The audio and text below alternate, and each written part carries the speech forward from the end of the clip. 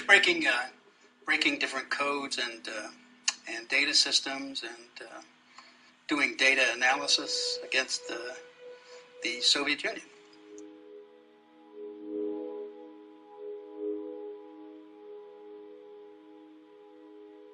After 9/11, they took one of the programs I had done, or the back end part of it, and started to use it to spy on everybody in this country. So that was a program they created called Stellar Wind. That was separate and compartmented from the regular activity that was ongoing, because it was doing domestic spying. All the equipment was coming in. I knew something was happening, but then when the contractors I had hired came and told me what they were doing, it was clear where all the hardware was going and what they were using it to do. It was simply a different input. Instead of being foreign, it was domestic input. Somebody told me that they can listen to what we're saying by my having this, even if it's turned off. Yes. Here's the real grand design. Every domain, think of a domain as an activity, a specific type of activity.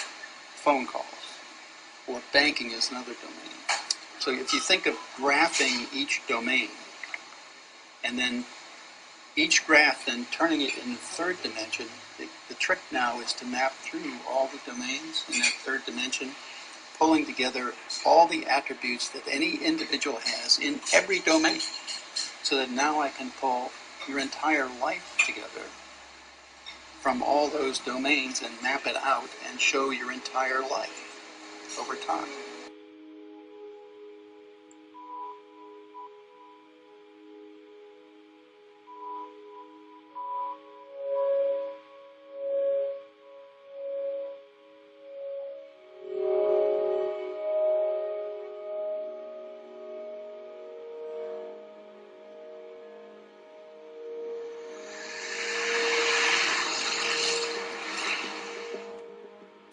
I don't understand why you're not afraid. Why should I be? Because if what you're saying it was possible, it would be revolutionary and people would have a vested interest in preventing that from happening. I'm too old to be afraid. I'm too old.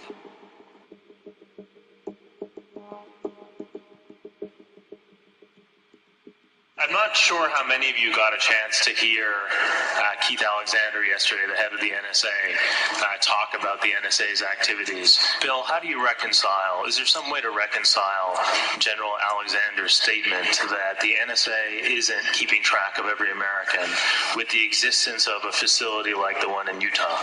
NSA's charter, and it was a legitimate one, was to do foreign intelligence, and I was with that all the way, and I did the best I could in that job. Unfortunately, they took those programs that I built and turned them on you, and I'm sorry for that. I didn't intend that, but they did that. What you're describing really is hard to reconcile with the laws, as the laws are generally understood by the lawyers who work with them. Most people are familiar with the Webster's definition of intercept. UCIT 18 has a different definition, and that's an intercept doesn't take place until it's actually listened to, until somebody puts on some earphones or actually reads some text on a screen. So you can pull in all the communications you want. The acquisition isn't the search. The querying later on is the search. They can then keep it in their database and target after the fact by going back and conducting data mining searches afterward, in other words, to get the information that they couldn't target from the outset. And there is another real problem. Unfortunately, the software will, once it takes in data, it will build profiles on everybody in that data. The purpose is to be able to monitor what people are doing. You build social networks for everybody. That then turns into the graph, and then you index all that data to that graph, which means you can pull out a community that gives you an outline of the life of everybody in the community. And if you carry it over time from 2001 up, you have that 10 years worth of their life that you could lay out in a timeline that involves anybody in the country. Even senators and House of Representatives, all of them.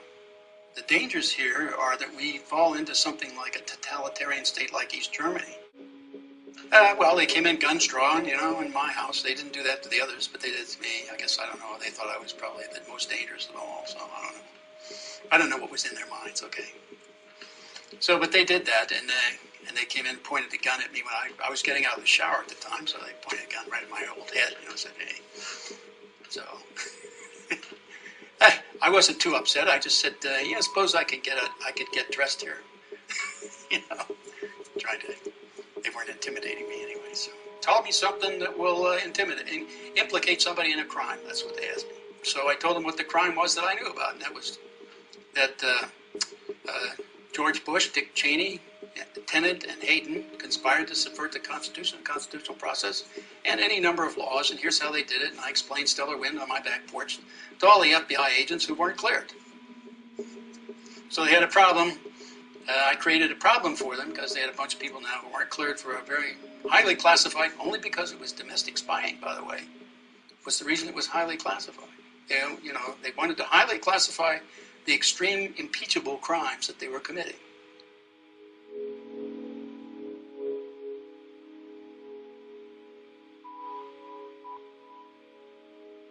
It needs to be out in the open. We need to, as a democracy, we need to say, do we want our government doing this or not? And do we want our government to have this data or not?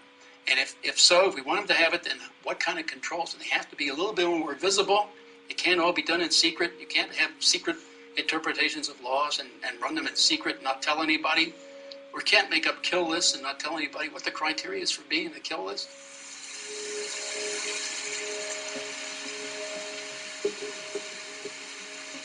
This is something the KGB, the Stasi, or the Gestapo would have loved to have had about their populations. So, I mean, and just because we call ourselves a democracy, right, doesn't mean we will stay that way. That's the real danger. And we, the people, may have absolutely nothing to say about it. We haven't had anything to say so far.